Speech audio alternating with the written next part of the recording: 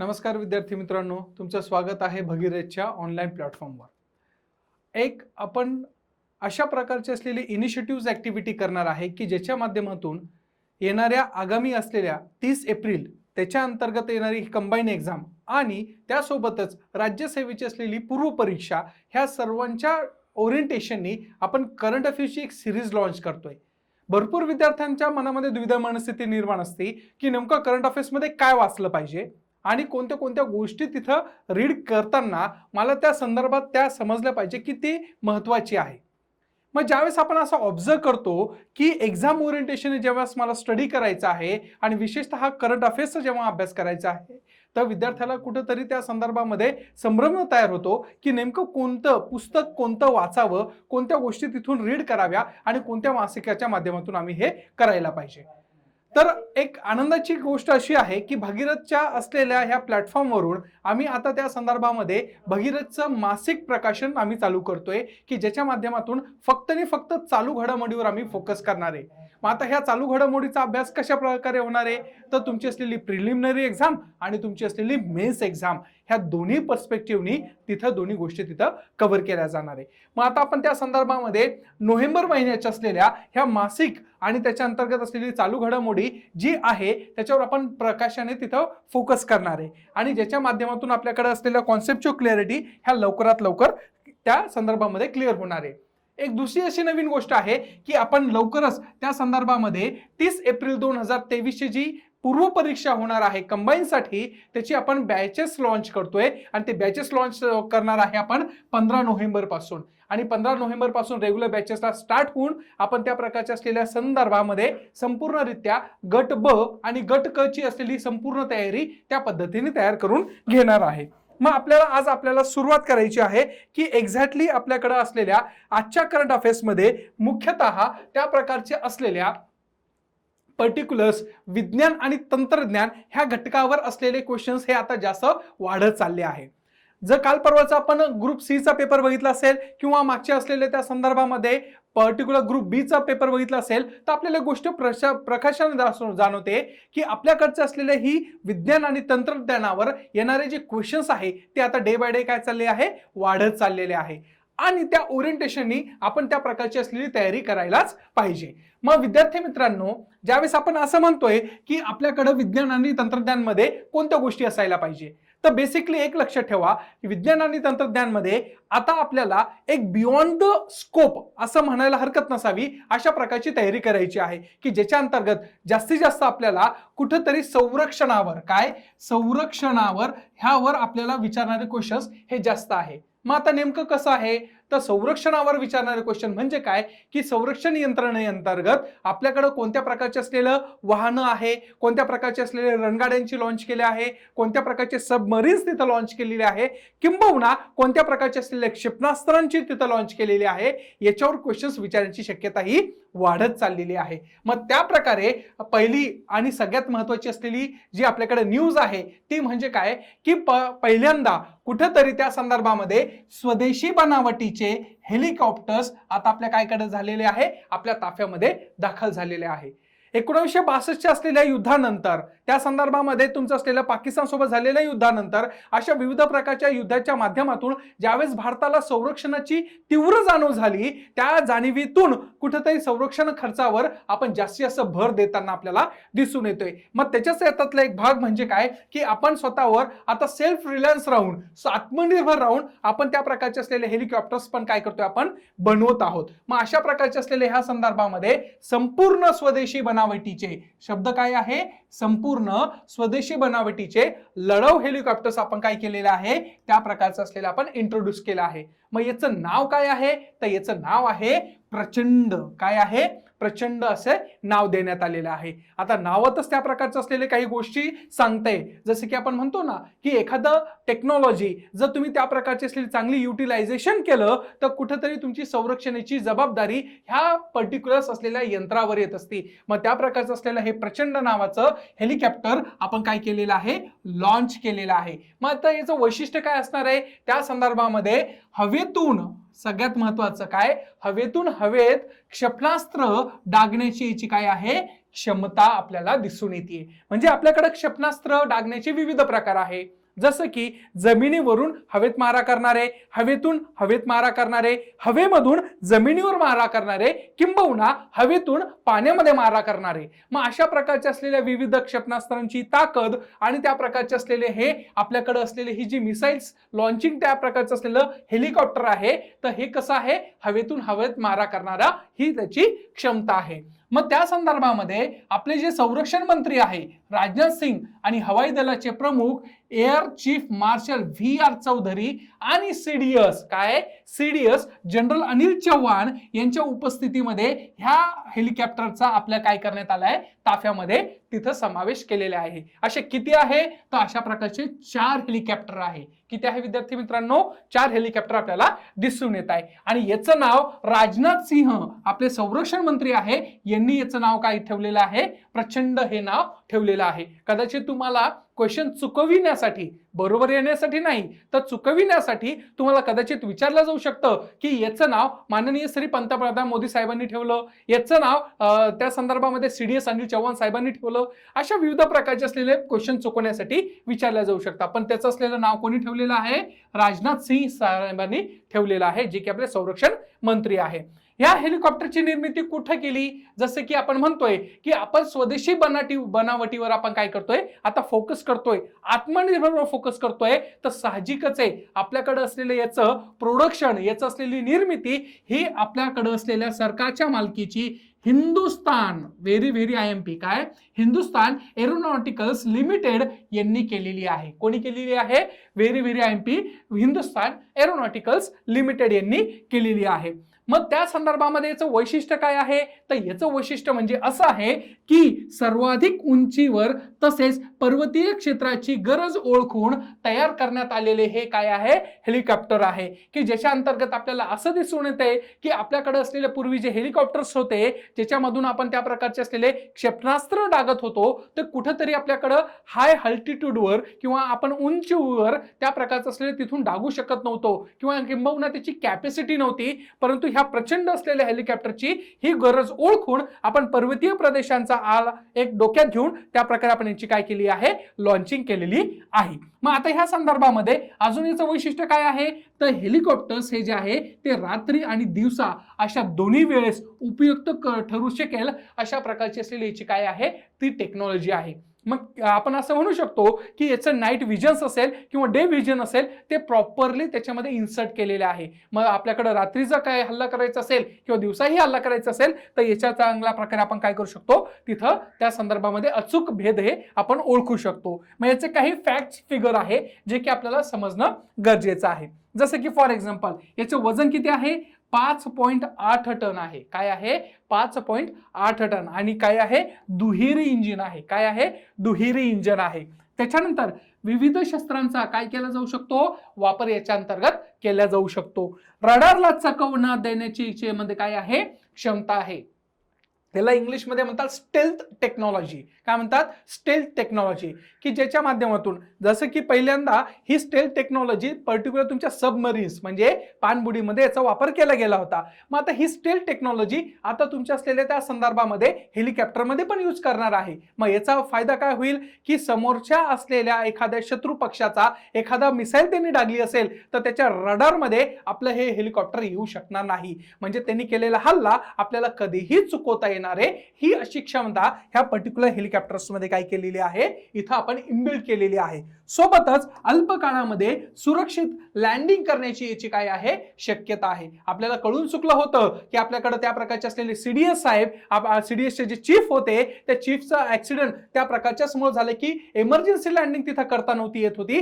त्यामुळे आता ही सगळी टेक्नॉलॉजी याच्या अंतर्गत काय केलेलं आहे, आपण त्या प्रकारचं असलेलं तिथं आपण केलेलं. मग याचं वैशिष्ट्य जर शब्दरूपांमध्ये सांगायचं झालं तर काय सांगता येईल की हे फुलपाखरासारखे उड्डाण करते आणि मधमाशाप्रमाणे डंख दिवसा आणि रात्रीही मारू शकते. म्हणजे विचार करा की याचं वैशिष्ट्य जर आपण असं म्हटलं की हे फुलपाखरासारखे अलगद उडू शकते आणि मधमाशासारखे दिवसा आणि संध्याकाळीही याचं काय होऊ शकते, त्या प्रकारे डंख मारू शकते. मग अशा प्रकारचं असलेलं याचं काय आहे, हे सगळं प्रचंडचं असलेलं काय आहे त्या संदर्भामध्ये केलेलं वैशिष्ट्य आपल्याला दिसून येते. आलं लक्षात. समजलं? मग अशा प्रकारचं असलेल्या ह्या गोष्टी आहे. आता पुढचं आहे संरक्षणासाठी तयार केलेला एक नवीन संदर्भ, जो की आपण असं म्हणू शकतो की कुठंतरी त्या संदर्भामध्ये आपल्याकडे जे वाहनं आहे, वाहनं आहे, त्या वाहनांच्या संदर्भामध्ये आपण नवीन टेक्नॉलॉजीचा वापर करून आपण त्या संदर्भामध्ये ह्या वाहनं तयार केलेले आहे.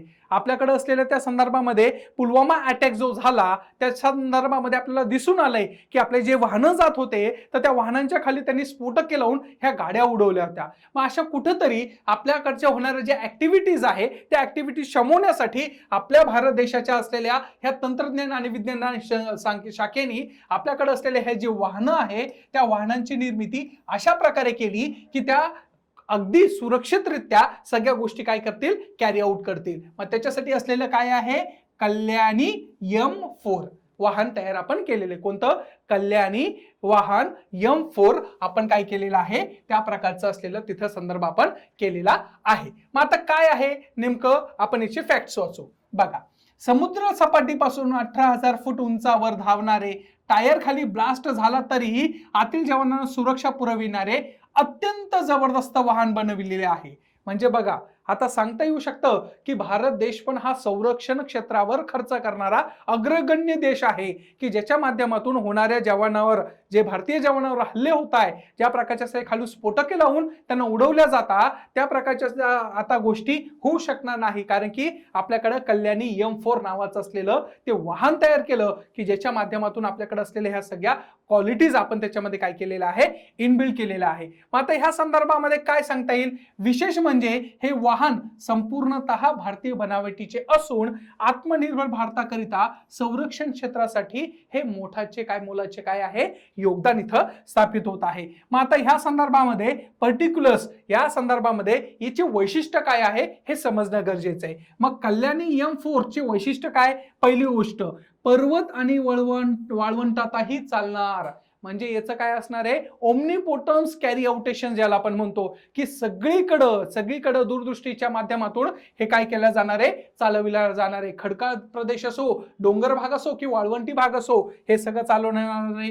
त्याच्यानंतर 60 टन वजनाचे वातानुकूलित काय आहे, वाहन आहे, विथ AC कंडिशन्स असणार आहे. साहजिकच आहे, राजस्थान सारख्या बॉर्डर ठिकाणी जर तुम्हाला सुरक्षा प्रदान करायची असेल तर अशा प्रकारचे असलेले वाहनं असेल तर जवानांची असलेली थोड्याफार पद्धतीने तिथं सहकार्यता निर्माण होते आणि अशा प्रकारच्या जवानांना काय होतं, वातानुकूलित वाहनामधून कॅरी आउट करता येतं.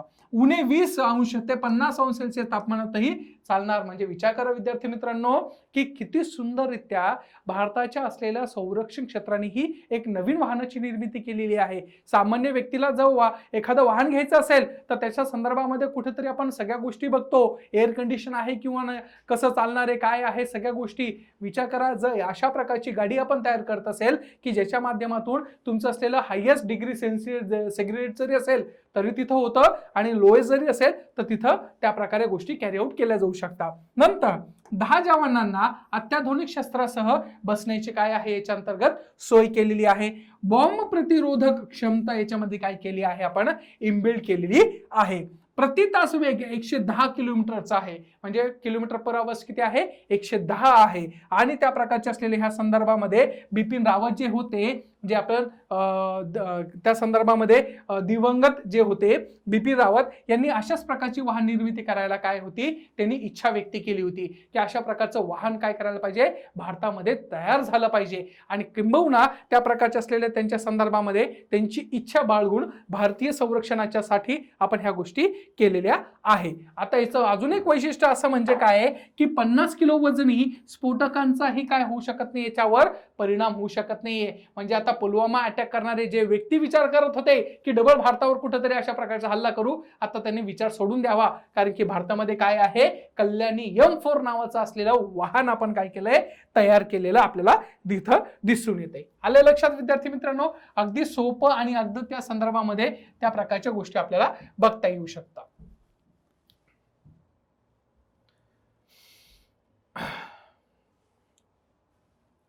नेक्स्ट, आता पुढचं आहे त्या प्रकारचे सबमरीन्स. बघा आपण काय बघितलं, पहिले हेलिकॉप्टर बघितलं, प्रचंड हेलिकॉप्टर, त्याच्यानंतर बघितलं कल्याणी M4 नावाची असलेलं वाहन बघितलं.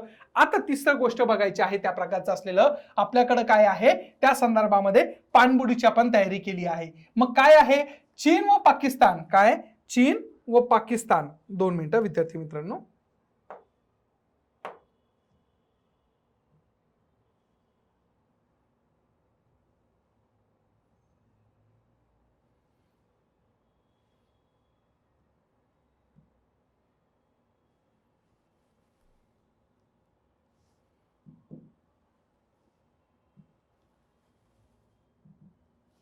बघा चीन व पाकिस्तानवर आता पाण्यातूनही अणुहल्ला होण्याची काय आहे, शक्यता आहे.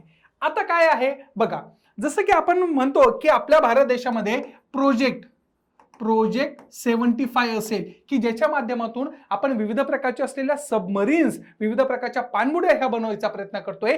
त्याच्यातलाच एक भाग म्हणजे काय की आपल्याकडे असलेली INS, काय INS अरिहंत ही पाणबुडी आपण त्याच्यामध्ये तयार केलेली आहे. भरपूर प्रकारचे आहे, अरिहंत आहे, विक्रांत आहे, ह्या सगळ्या गोष्टी आहे. मग त्याच्यामध्ये असलेली ही कोणती अरिहंत नावाची असलेली जी पाणबुडी आहे, त्या पाणबुडीच्या माध्यमातून भारतीय नौदलांच्या अधिकाऱ्यांनी ट्रिगर दाबताच, भारतीय नौदलाच्या अधिकाऱ्यांनी ट्रिगर दाबताच नुकतेच K5 SLBM, काय SLBM नावाचं क्षेपणास्त्र काय केलं आहे, सुसाट सोडलेले आहे. मग याची असलेली ही जी प्रात्यक्षिकता आहे ती दाखवते काय की आता आपण असलेल्या बे ऑफ बेंगॉलमध्ये, म्हणजे पर्टिक्युलर तुमच्या असलेल्या त्या संदर्भामध्ये बंगाल असेल किंवा हिंद महासागर असेल किंवा विविध प्रकारचे असलेले समुद्रांच्या संदर्भामध्ये केलेली जी टेहळणी असेल, ह्या सगळ्या गोष्टीमध्ये भारताच्या असलेल्या अरिहंत ह्या असलेल्या पाणबुडीच्या माध्यमातून त्या प्रकारचे क्षेपणास्त्र डागण्याची आपल्याकडे काय केलेली आहे, भेदन क्षमता आपण निर्माण केलेली आहे.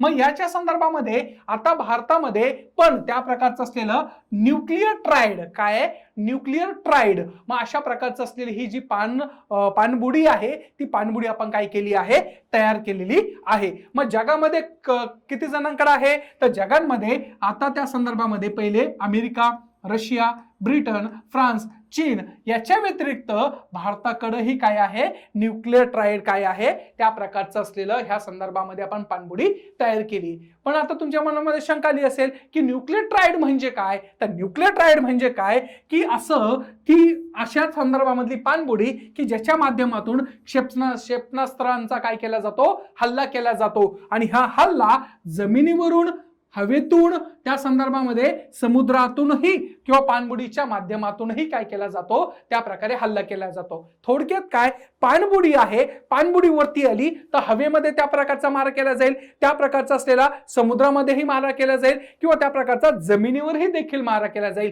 म्हणजेच काय, इथं शब्द ट्राइड आहे. ट्राइड म्हणजे 3, मग 3 काय आहे, जमीन, त्यापेक्षा त्याच्यानंतर आहे हवा आणि त्या प्रकारचं असलेलं पाणी. म्हणजे जमीन, हवा, पाणी या तिन्ही ठिकाणावर जर पाणबुडीनी अशा प्रकारचे क्षेपणास्त्र डागण्याची ताकद असेल तर अशा प्रकारची असलेली पहिल्यांदा पाणबुडी आपल्याकडे असलेल्या अरिहंत नावाच्या पाणबुडीवर आपण काय केलंय, सुरुवात करताना आपल्याला दिसून येते. मग आता ह्या प्रकारच्या असलेल्या ह्या पाण्यामधून डागण्याची जी क्षमता आली आहे, तर पाण्याखालून डागलेल्या जाणाऱ्या क्षेपणास्त्रातही भारताची काय आहे, बऱ्यापैकी ही सिद्धता आता ही वाढत चाललेली आहे.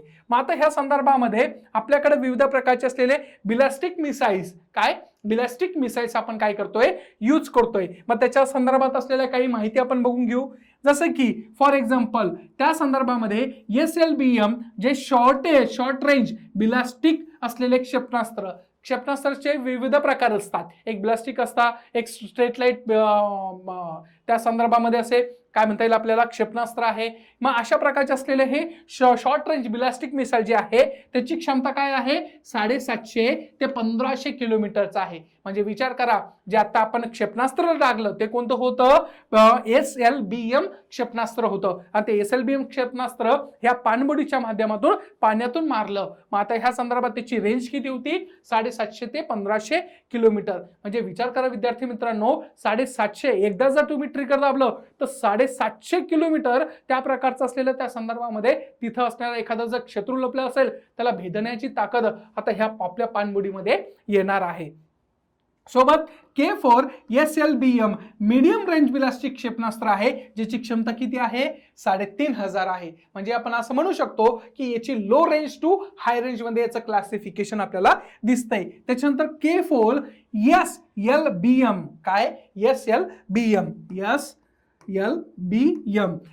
इंटरकॉन्टिनेंटल बिलास्टिक क्षेपणास्त्र म्हणजे इंटरकॉन्टिनेंटल म्हणजे आंतरखंडीय क्षेपणास्त्र, याचं पण असलेलं क्षमता किती आहे 5000 किलोमीटरची केलेली आहे. आणि सोबतच K5 SLBM इंटरकॉन्टिनेंटल बिलास्टिक क्षेपणास्त्र 5000 ते 6000 किलोमीटर पर्यंत आहे.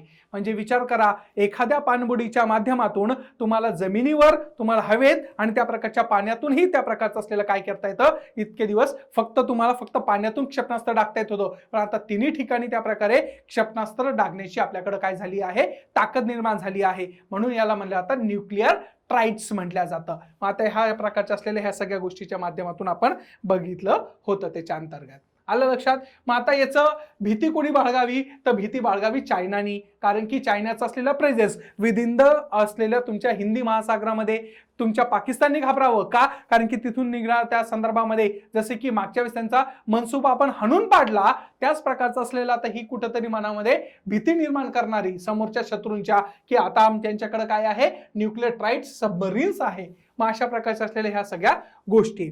आता याच्या पुढच्या नंतरची असलेली गोष्ट म्हणजे काय की इस्रोनी जे आहे आपल्याकडं अंतराळामध्ये सोडल्या जाणारे जे त्या संदर्भामध्ये सॅटेलाइटिंग्स आहे, त्या सॅटेलाइट सोडण्याचं काम कोण करतं, इस्रो करतो. मग ह्या इस्रोचं त्या प्रकारे एक नवीन ऐतिहासिक कामगिरी आपल्याला बघताना दिसून येते. ती कोणती आहे की आपल्याकडे असलेले हा इस्रोनी त्या संदर्भामध्ये LVM3 काय LVM3 परत एकदा मी व्यवस्थित मोठ्या अक्षरात लिहितो, त्या संदर्भामध्ये काय आहे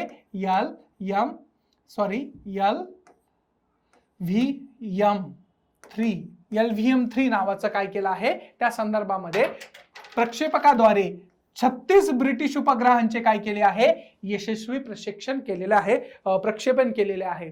म्हणजे बघा, भारत आता स्वतःचे सॅटेलाइट्स लॉन्च करत नाहीये, तर दुसऱ्या देशांनाही त्या प्रकारच्या असलेल्या गोष्टीसाठी मदत पुरवितोय. म्हणजे कुठेतरी भारत हा आता स्वयंभू होता दुसऱ्यांच्याही गोष्टीची पूर्तता भारतासारख्या असलेल्या विकसनशील किंवा विकसित देशांच्या माध्यमातून केला होताना आपल्याला दिसून येते. त्याचं उदाहरण म्हणजे काय आहे LVM3 नावाच्या असलेल्या क्षेपणास्त्र त्या संदर्भामध्ये प्रक्षेपकाद्वारे आपण ब्रिटिशांचे असलेले उपग्रह काय केले आहे यशस्वीरित्या वरती पाठवलेले आहे. यापूर्वीही देखील भारताने बऱ्यापैकी त्या संदर्भामध्ये असलेले प्रक्षेपक वरती पाठवले आहे. अमेरिकेचे पाठवले होते, फ्रान्सचे देखील पाठवले होते, आपल्याकडे कंबोडिया असेल, व्हिएतनाम असेल, इंडोनेशिया असेल, ह्या इथलच्या असलेल्या देशांचेही आपण काही उपग्रह वरती पाठवलेला आपल्याला संदर्भ घेता येऊ शकतो. मग जसं की त्या संदर्भामध्ये कोणता वापरला होता प्रक्षेपक LVM3 काय LVM3 हे प्रक्षेपक किंवा लॉन्चर ज्याला आपण म्हणतो ते लॉन्चरचा काय केलं होता युटिलाइज केलेला होता. मग आता हे कुठून केलं होतं तर आंध्र प्रदेशामधील श्रीहरिकोट्टा, सगळ्यात विशेष महत्वाची गोष्ट कुठून लॉन्च केलेली आहे तर कुठून लॉन्च केलेलं आहे श्रीहरिकोट्टा. कुठून श्रीहरिकोट्टा कुठं आहे ते आंध्र प्रदेशामधील. कधी 23 ऑक्टोबर 2022 रोजी सकाळी पहाटे काय केलं होतं याचं प्रक्षेपण केलं होतं. आता तुम्हाला एक होमवर्कचा भाग म्हणजे एक असं द्यायला आवडेल, कदाचित UPSC किंवा MPSCच्या ओरिएंटेशन हा क्वेश्चन विचारला तो, व्हाय ऑलवेज सॅटेलाइटिंग लॉन्चिंग मशीन्स हे तुमच्या असलेल्या ईस्ट कोस्टवरच का असतात. बघा ना, जेवढे पण सॅटेलाइट लॉन्च केल्या जातात हे सगळे ईस्ट कोस्टवरच का असतात, त्याच्या मागचं काही त्याला जिओग्राफिकल कारण आहे. मग ते तुम्ही शोधण्याचा प्रयत्न करा का तिथून केल्या जाऊ शकतं.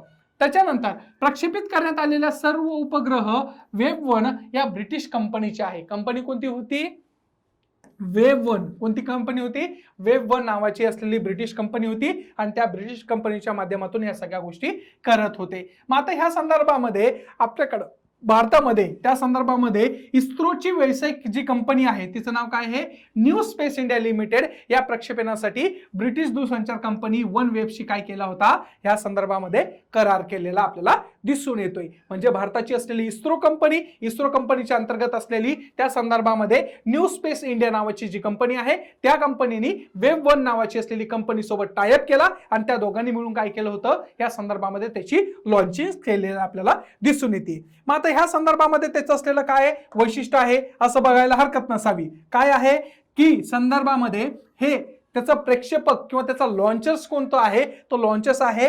LVM-3M2. काय आहे LVM-3M2 हे लॉन्चर्स आहे. विद्यार्थी मित्रांनो, अशा संदर्भात असलेले क्वेश्चन्स खूप विचारले जातात की लॉन्चर्स कोणता यूज केला जातोय, लॉन्चर्सच्या माध्यमातून काय काय केलं जातं. तर ह्या सगळ्या गोष्टी, त्याची उंची किती आहे 43.5 मीटर. किती आहे 43.5 मीटर आहे. त्याच्यानंतर वजन किती आहे 5796 किलो आहे. किती आहे 5796 किलो आहे. कदाचित हे टू द फॅक्ट्स असेल, परंतु ह्या फॅक्ट्स पण कदाचित विचारलं तर आपल्या हातचा मार्क जाता कामा नये. त्याच्यानंतर काय आहे की 8000 किलो वजनाचे उपग्रह वाहून नेण्याची काय आहे याच्या अंतर्गत क्षमता आहे. म्हणजे विचार करा, पूर्वी आपण त्या प्रकारचं असलेलं त्या संदर्भामध्ये 500 किलो असेल किंवा 800 किलो असेल एवढ्या प्रकारचं उपग्रह वरती नेण्याची कॅपॅसिटी आपल्याकडे नव्हती. परंतु thanks to we have a kind of a particulars असलेले काही सायंटिस्ट होते आपल्याकडं. त्या सायंटिस्टच्या माध्यमातून आपण ह्या इस्रोच्या स्वरूपाच्या इस्रोच्या माध्यमातून आपण लॉन्चर्स तयार केलेले आणि ह्या लॉन्चर्सच्या माध्यमातून आज अशी कंडिशन आली आहे की 8,000 किलो वजनाचे उपग्रह आपण सहजरित्या अंतराळामध्ये काय करतोय सोडून येताना आपल्याला दिसून येते. 348 उपग्रह सोडण्याचे काय आहे लक्ष्य देखील याच्या अंतर्गत आपल्याला ठरवण्यात आलेले आहे. म्हणजे अशा प्रकारचं असलेलं कुठेतरी प्रक्षेपक कोणतं आहे आणि त्यांनी ब्रिटिश उपग्रहांचे कोणते कोणते केलेले आहे त्या सगळ्या गोष्टी आपण याच्या अंतर्गत बघण्यात आलेलं आहे. आता नंतर आहे त्या प्रकारचं असलेलं आंतरराष्ट्रीय स्तरावरची असलेली जी नामवंत अशा प्रकारची असलेली खगोलीय गोष्टीमध्ये संशोधन करणारी संस्था म्हणजे काय नासा. मग नासाच्या कामगिरीवर असलेलं काही करंट अफेअर्स आहे. काय सांगितलं त्यांनी, नासाची कामगिरी डार्ट मिशनचा पहिला टप्पा काय केलेला आहे तिथं यशस्वी केलेला आहे. आता ह्या संदर्भामध्ये आपल्याला बघायचं आहे की नेमकं त्या संदर्भामध्ये डार्ट ऍप्लिकेशन्स काय आहे किंवा डार्टच्या संदर्भात कोणत्या कोणत्या गोष्टी आपल्याला बघता येईल. बघा, नासाने पृथ्वीपासून लाखो किलोमीटर दूर असलेल्या एका लघुग्रहास ऍस्ट्रॉइड अंतराळात यान धडकविण्याची कामगिरी फत्ते करून दाखवलेली आहे. बघा, आपल्याकडे काय असतं की पर्टिक्युलर तुमचं ज्युपिटर आणि तुमचं असलेला मार्स याच्यामध्ये ऍस्ट्रॉइड बेल्ट्स असतात. काय असतात ऍस्ट्रॉइड बेल्ट्स. आता ज्युपिटर आणि मार्स मध्ये काही दगडांचे किंवा त्या संदर्भामध्ये असे छोटे मोठे दगडांचे काय आहे त्या प्रकारचा असलेला पट्टा असतो. याला म्हणलं जातं ऍस्ट्रॉइड्स बेल्ट्स. काय म्हणतात ऍस्ट्रॉइड बेल्ट म्हणला जातो. मग याच्या अंतर्गत प्रॉब्लेम काय होतो, जे आपले सॅटेलाइट फिरत असताना ते सॅटेलाइट फिरता कधी कधी यांना धडकून जातात आणि त्यांचा असलेला कुठेतरी नायनाट होताना आपल्याला दिसून येतोय. मग आता कुठेतरी नासाने एक गोष्ट बघितली की आपल्याला अशा प्रकारचे असलेले काही ज्या गोष्टी आहे जे की अनवॉन्टेड आहे आणि जे की कुठेतरी त्या प्रकारचं असलेलं पृथ्वी तलावर येण्याच्या मार्गावर आहे, तुटून त्या प्रकारच्या अँटी ग्रॅव्हिटलच्या गोष्टीच्या माध्यमातून पृथ्वीवर येण्याच्या तयारीत असेल तर ह्या सगळ्या गोष्टी आपल्याला हाणून पाडायच्या किंवा फोडून टाकायचे आहे. मग त्या संदर्भामध्ये नासानी अशा प्रकारचं असलेलं त्या संदर्भामध्ये एक छोटासा लघुग्रह होता. त्या लघुग्रहाला काय केलं होतं त्या प्रकारच्या असलेल्या त्यांनी धडकवला आणि तो तिथं फोडला. मग आता काय झालं की नासानी त्या मिशनला नाव काय दिलं, डार्ट मिशन. काय डार्ट मिशन असे काय केले ते तिथं नाव दिले होते. काय केलं होतं त्याप्रमाणे डिमोफोर्स नावाच्या एका लघुग्रहास काय केलं होतं धडकवलं होतं आणि त्या प्रकारचं असलेल्या टकरीमध्ये अवकाशयान हे काय केले होते नष्ट झाले आपल्याला दिसून येते. का केलं हे, तर पृथ्वीसाठी धोका बनलेल्या, जसं मी तुम्हाला सांगितलं ना ते सेम प्रकारचं काय पृथ्वीसाठी धोका बनलेल्या एखाद्या लघुग्रहाची अथवा अंतराळ खडकांची दिशा धडकून देऊन बदलता येऊ शकते का हे पाहण्यासाठी नासाने डार्ट मिशन हाती घेतलेले आहे. बेसिकली याच्या पहिले पण त्या प्रकारची नासा असेल किंवा तुमचा त्या प्रकारचा फ्रान्स असलेली एखादी आंतरराष्ट्रीय संस्था असेल की त्यांनी अशा प्रकारचे प्रयत्न करताना आपल्याला दिसून येत आहे. आपण हॉलिवूडचे चित्रपट बघतो, त्या हॉलिवूड चित्रपटामध्ये ह्या गोष्टीवर भाष्य ऑलरेडी केलेलं आहे आणि असं करताना आपल्याला त्या प्रकारच्या अशा गोष्टी जाणीव होती की एखादा तुटलेला उपग्रह असेल किंवा एखादा मोठा खडकाचा भाग असेल तर जो अंतराळातून अँटी ग्रॅव्हिटल फोर्सने जर पृथ्वीकडे येत असेल आणि उद्या चालून पृथ्वीच्या असलेल्या काही गोष्टीला धक्का लागत असेल तर अशा गोष्टीला तिथं उडवणं हे कधीही चांगलं असतं. मग अशा प्रकारचं हे डार्ट मिशन काय केलं होतं त्या प्रकारच्या असलेल्या माध्यमातून आपल्याला इथं पहिल्यांदा यशस्वी टप्पा पार पाडताना आपल्याला दिसून येतोय. मग आता ह्या संदर्भामध्ये अभ्यासाचा काय म्हणजे त्या संदर्भामध्ये काय त्याचा आउटपुट काय भेटणार आहे तर अमेरिकेच्या जॉन हॉपकिन्स विद्यापीठाच्या अलाइड फिजिक्स प्रयोगशाळेत सांगितले होते की धडकेच्या आधी डार्ट कॅमेऱ्याच्या डिफोर्सने दिसला होता आणि त्यामुळे त्या प्रकारच्या असलेल्या ह्या गोष्टी करणं काय होते त्या संदर्भामध्ये आपल्याला करणं गरजेचं होतं. मग अशा प्रकारचे असलेले ह्या संरक्षण क्षेत्रामध्ये झालेले घडामोडी आणि ह्या घडामोडीचा असलेला परामर्श आपण ह्या सेशनमध्ये घेतलेला आहे. बाकीच्या सेशनमध्ये आपण त्या संदर्भामध्ये पुढच्या कंटिन्युअस लेक्चर सिरीज अंतर्गत बघणार आहोत. So stay tune. त्या प्रकारचं असलेलं आपण ह्या संदर्भामध्ये अशा विविध प्रकारच्या खूप साऱ्या ऍक्टिव्हिटीज आपण ऑनलाईनच्या माध्यमातून विद्यार्थ्यांना देणार आहोत. Thank you so much.